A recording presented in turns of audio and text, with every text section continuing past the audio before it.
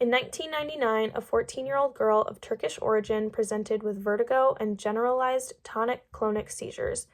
Magnetic resonance imaging (MRI) analyses showed multiple hyperintense lesions in T2 weighted images, bihemispheric paraventricular white matter, frontal cortex, left insular cortex, left brainstem.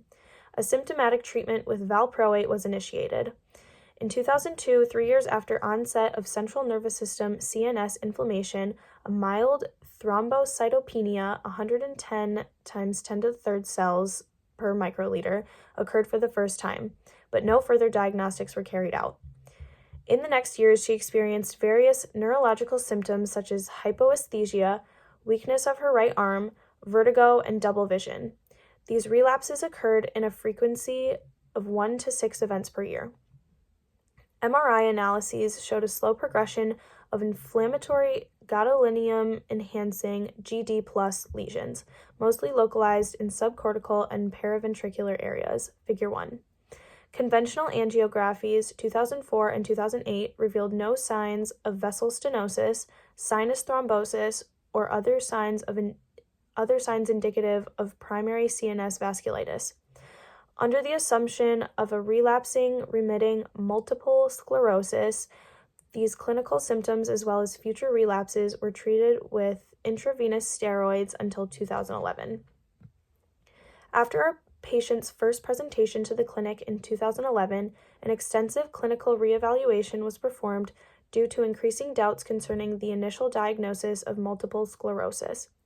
Analyses of cerebrospinal fluid, CSF, showed lymphocytic pleocytosis, intrathecal synthesis of IgG and IgM, impairment of blood-brain barrier integrity, and positive oligoclonal bands.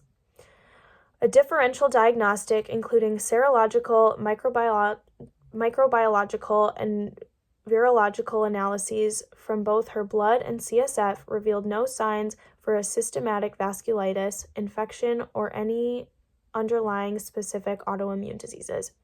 After another relapse presenting with unsystematic vertigo, we ultimately clarified the nature of her inflammatory leukoencephalopathy by performing a brain biopsy.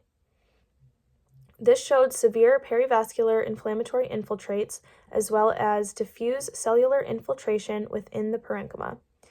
The infiltrates were dominated by small mature CD3+ T cells and high numbers of CD138+ plasma cells, whereas only low B cell numbers could be observed.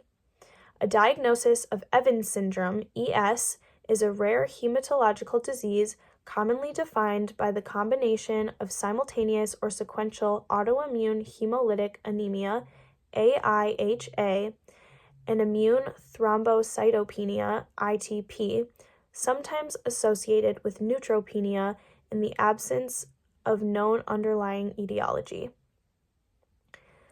Based on the detection of CD20+ B cells and CD138+ plasma cells, both by flow cytometry, assessment of her CSF, and by immunohistochemical stainings, we initiated treatment with anti-CD20 monoclonal antibody rituximab.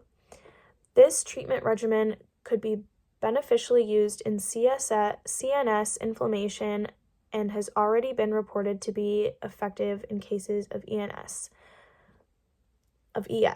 Prognosis: Evans syndrome.